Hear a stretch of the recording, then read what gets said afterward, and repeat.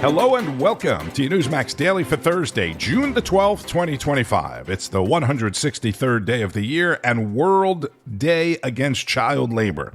Initially launched by the International Labor Organization back in 2002 to combat child labor, which may not seem like that much of an issue here in the United States, right? You don't think it's that big of a problem, but statistics say there are at least 163,000, which would be 163,000 too many children being forced into labor in the United States, and more than 150 million children across the globe. On the food calendar today is hashtag National Beef Jerky Day, so make a stop someplace and get yourself some. Before we get into the barrage of immigration and anti-Trump protests, demonstrations happening around the country last night, and the Air India plane crash, let's start it off with Newsmax senior Washington correspondent James Rosen, who says several former Biden administration officials are now going to testify on the cover-up of the former president's mental health. Until now, the effort to determine who knew what and when about President Biden's declining condition in the Oval Office has been driven largely by news media reporting. Now cometh the first round of transcribed interviews of witnesses by congressional investigators. Near attendant, former director of the Domestic Policy Council at the White House, longtime intimate of the Clintons, will appear before the House Oversight Committee with counsel present on June 24. Anthony Bernal, a former senior advisor to First Lady Jill Biden, with the dual title of assistant to the president, will follow 2 days later. Then Ashley Williams, who held the title of special assistant to the president and also served as deputy director of Oval Office operations, and Annie Tomasini, also an assistant to the president who served as deputy White House chief of staff, will meet with House investigators a week apart in mid-July. Finally, Dr. Kevin O'Connor, the president's personal physician, who attested annually in published letters to Mr. Biden's fitness for office, is still in talks with the panel about the terms of an interview and could face a subpoena. The presence among the witnesses of Anthony Bernal shows that House Republicans, in building out this investigation, intend for it to encompass the office of the First Lady. President Trump was asked recently whether he believes Dr. Biden herself should be summoned for testimony. Well, I hate the concept of it. It's the wife of a man who was going through a lot of problems, and everybody that dealt with him understood that. And I guess it came out during the debate loud and clear. That was the biggest signal of all. They have to do what's right. Other close aides from whom the committee is seeking testimony include former White House Chief of Staff Ron Klain and a pair of longtime advisors, Mike Donilon and Steve Ricchetti. Thank you, James. And look for my man James Rosen's updates from Washington throughout the day on Newsmax and on N2. Steve Ricchetti was not only a counselor to President Biden, right, an advisor who apparently must have advised Joe to run for re-election. He also served as chairman of Biden's 2020 campaign. Don't know how involved he would have been in the 2024 campaign, but maybe there was a little something in it for him. I told you, much like every other investigation, that this wasn't going to happen as quickly as you wanted it to happen, but that it would happen. And as we predicted, the LA riots have spread to multiple cities. Surprise, surprise, including the sanctuary city of Denver, Colorado, which I specifically talked about yesterday, right, with the ice out.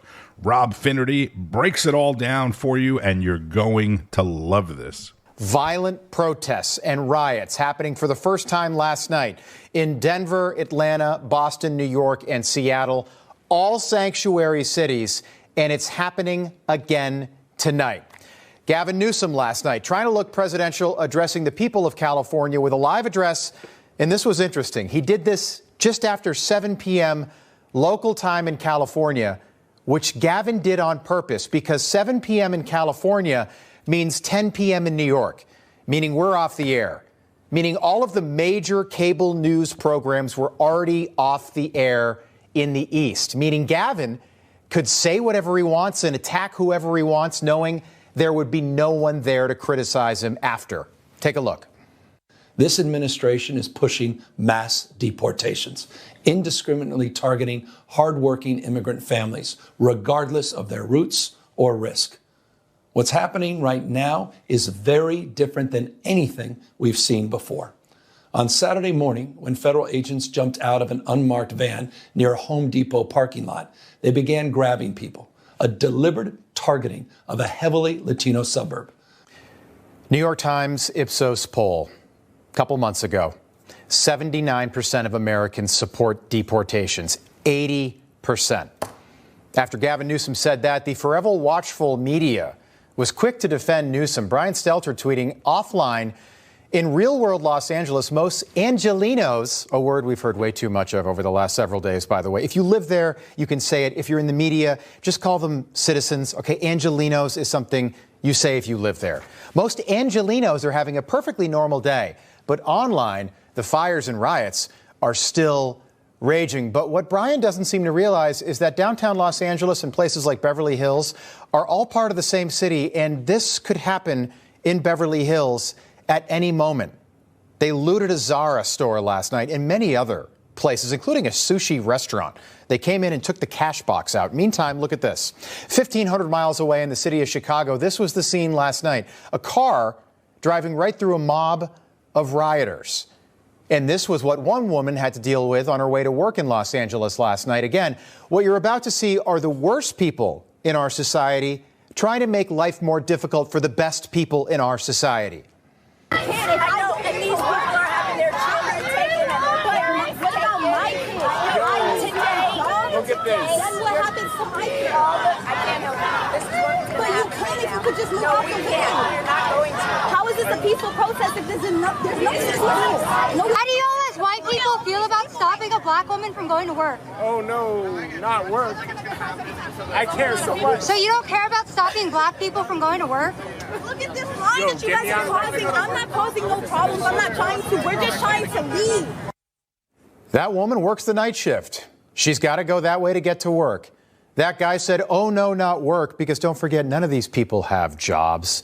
They're living off the dole. They're living off the government. This right here was the scene in Atlanta last night, while the media continue to call these riots anti-ICE protests. In fact, if you're watching television and you see a banner on TV that's still calling the riots anti-ICE protests, change the channel immediately, because you are being lied to.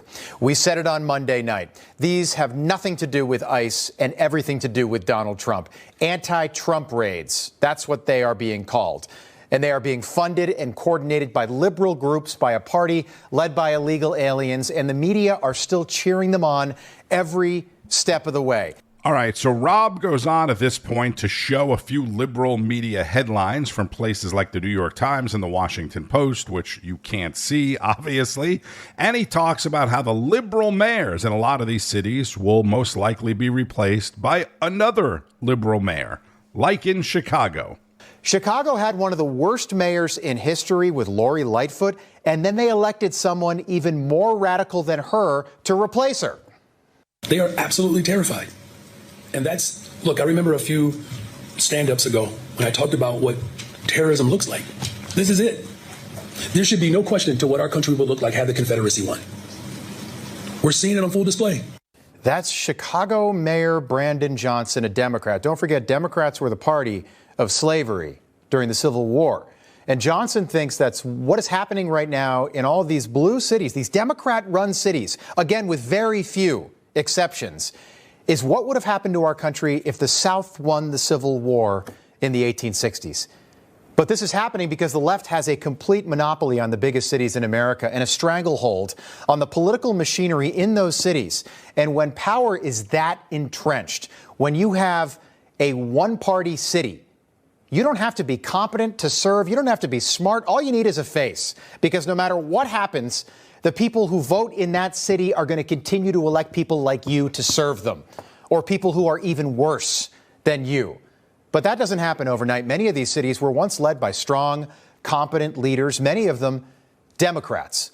But the slow drip, drip, drip over time, and you get what we're seeing today. The biggest cities in America being led by people like Karen Bass and Michelle Wu in Boston and Brandon Johnson in Chicago.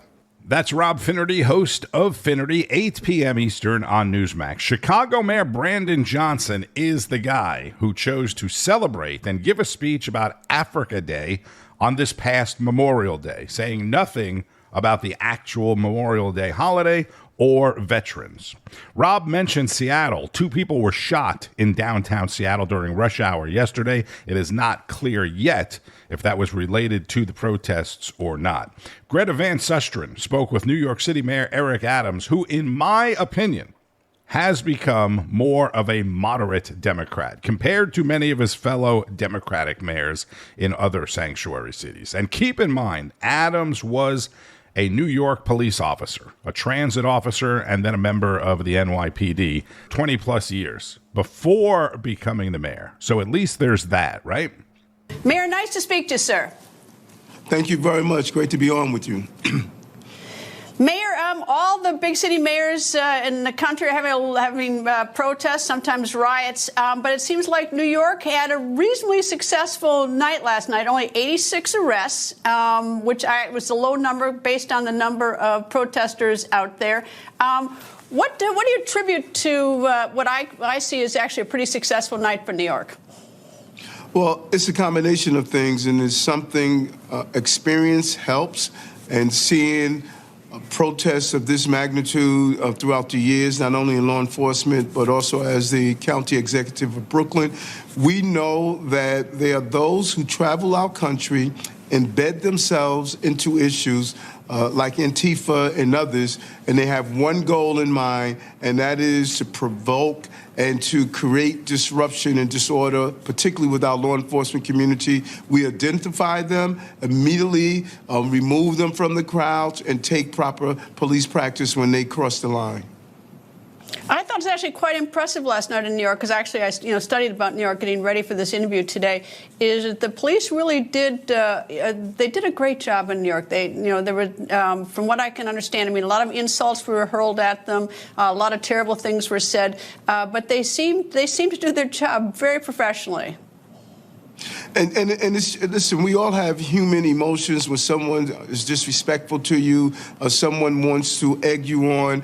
These officers go through a great deal of training. We use the terminology, don't get hooked. Don't let anyone take you out of your professional responsibilities, and that's crucial. And Commissioner Tisch gave a very loud and clear message. We will allow peaceful protests, but we will not allow you to destroy our city or harm innocent people, and we will take action whenever that takes place. You were a former police officer, Captain Police Force. Do they have special training? Do you do any special training in New York that maybe the other cities aren't doing? I'm not too familiar with what they are doing in other cities, but we go through an extensive level of training, and we have specialty units that will come in when you have large protesters like this. And you have people who criticize these units, but we have to just ignore the noise when it comes down to public safety. Whatever equipment that's needed, whatever training that's needed, we're going to do it. I'm not taking any shortcuts and keeping our city safe. We know what any type of major disorder or riot can do. It could cost billions of dollars in property damage, lives could be lost, and I just refuse to take any chances when we do that, and my specialty units are going to do just that. They're going to respond to these incidents. Do you have expectation of tonight? Do you have any idea whether or not there are going to be more protests/riots tonight?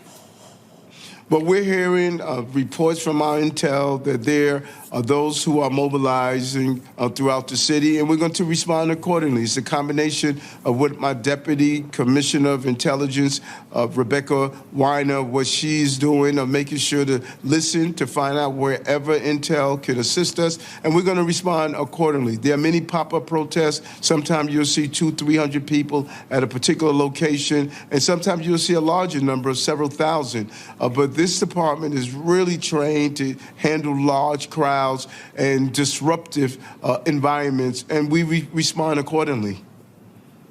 Do you have, during the anti-Semitic protests that I covered recently, like at Columbia University, there were outsiders. Are these some outsiders coming in specifically to stir up trouble? Do you have that? I'm glad you brought that up, because if you recall, during the Columbia protests, I talked about the outside agitators, professional agitators that want to come on our college campuses and radicalize our students. Some of the leaflets and pamphlets that were handed out talk about hating America, hating Israel, hating Jewish people, just real mean and nasty things that were targeting our young people. And we went in and took appropriate action when they broke into a dorm room and we got the authorization to come in. So yes, and we found that there were those who were professionals, that they came from other parts of the country and actually agitated and pushed to participate in the taking over Hamilton Hall. We're seeing that here as well. These are professional people who believe in disruption and destruction of property, and we're asking parents to say, it's 10 a.m. Do you know where your children are? They should not be on our streets destroying property in the city. There you go. New York City Democratic Mayor Eric Adams. These are professional people, agitators who come in from other parts of the country. As a native New Yorker, I would still rather have had Curtis Sliwa win the election over Mayor Adams, but see how reasonable and coherent he sounds? How he's speaking common sense compared to L.A. Mayor Karen Bass. She just hates Donald Trump. Eric Adams, I don't believe, hates Donald Trump. And let's go to Texas, where large protests are also happening. First of all, we want to make sure that what has happened in California does not happen in Texas. Texas is a law and order state, and we will use every tool that we can to ensure order across our state. That's Texas Governor Greg Abbott, who deployed the National Guard to multiple cities in his state as a precaution, including San Antonio. This is the mayor of beautiful San Antonio, Ron Nierenberg, a Democrat, who suggested Abbott is sending out the National Guard simply because President Trump did. Much of this federal administration's work, in my opinion, has been geared towards theater and provocation. It is their talking point to everything. Whatever it is, it's going to be opposite of anything that Trump says or does, period. Okay, let's switch gears because there's still a lot of other important things going on.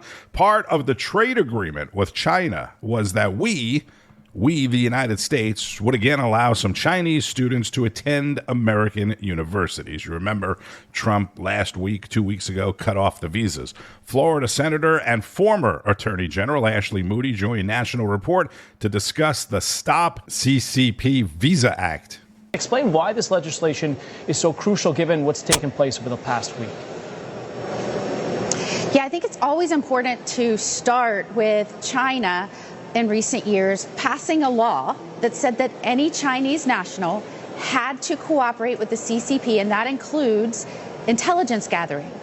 As you know, the United States of America invites 300,000 Chinese students into our country every year and gives them visas.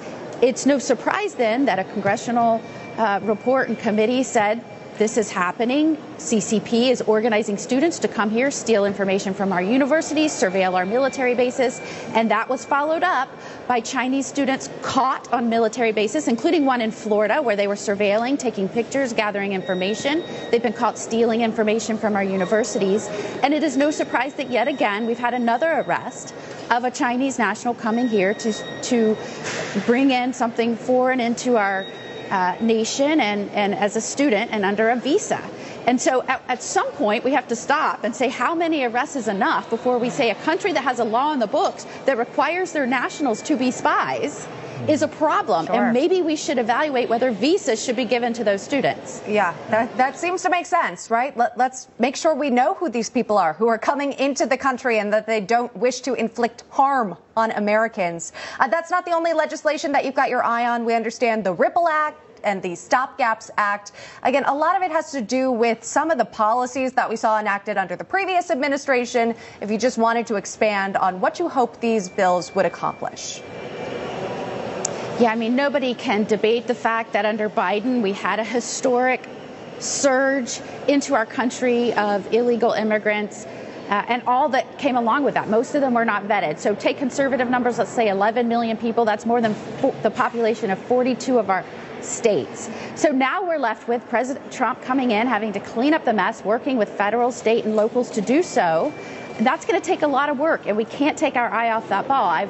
I've introduced legislation to give more resources to state and locals, overtime pay, other things, so that they can immediately start helping with the cleanup while we hire more federal officers to come in and do that job. Additionally, as you remember, Biden lost track of tens of thousands of children. They were put into any adult that would take them across this country. Some went to strip clubs, some went into trafficking. It was horrible. And so our Stop Gaps Act would make sure this never happens again, that the federal government has to work with the states, put them in a responsible place, and track them while their immigration proceedings are taking place. So these are important measures to not only clean up the devastation that Biden left us, but to make sure that can never, ever happen again. Yeah, great point. That's Florida Senator Ashley Moody on National Report with Emma Reckenberg and John Glasgow.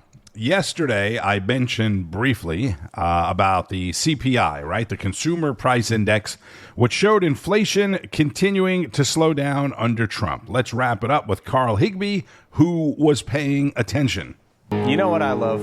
When all the experts get together and tell us that we should listen to the experts. But yet, not one expert at one of the most prestigious outlets correctly predicted the economic numbers of May. Not one!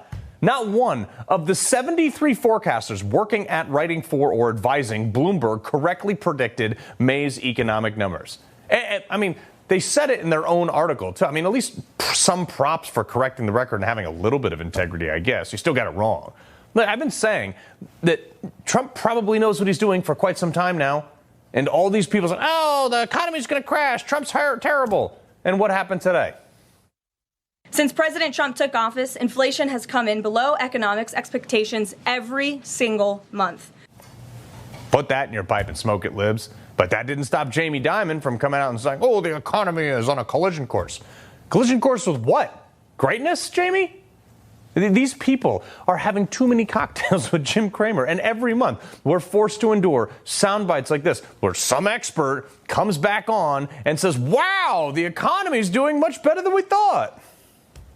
Well, John, look, we got another month of positive inflation news. Despite these historic tariffs, the latest numbers do show that inflation remained relatively tame in May. So the big number is the annual rate that came in at 2.4%. That is a slight acceleration from 2.3% in April, but this was better than expected. Month over month, prices were up by just 0.1%. Again, that's better than expected, and that's actually a deceleration from what we saw in April. He sounds like bummed that he has to report good news. I know, orange man bad, right? I mean, well, maybe, I got an idea. Maybe your prediction models are all wrong. I'm just wondering here. After 4 years of Trump 45, and now we've had 4 months of Trump 47, where every single month almost, all these experts come on TV and are somehow baffled that what Trump is doing is actually working. At some point, shouldn't these agencies or companies or networks just start firing people? Or at least changing their thought process? Seriously. That is Carl Higbie, host of Frontline, 5 o'clock Eastern on Newsmax. On Wall Street, stock markets opened in the red this morning. Investors not too excited about the China trade deal, or at least what we know about it thus far. And this morning, President Trump threatened setting unilateral tariffs on trade partners in 2 weeks.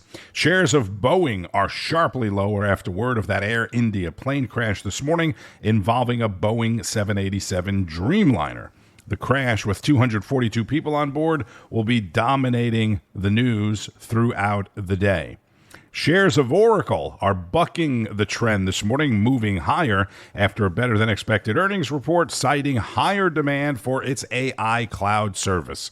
President Trump is scheduled to sign more bills and more executive orders at the White House today, which means he will be addressing plenty of questions from the White House press. Then the president and the first lady will be attending the congressional picnic on the South Lawn this evening. Stay informed throughout the day. Keep up with breaking news as well on Newsmax, N2, and at NEWSMAXDaily, where it all started.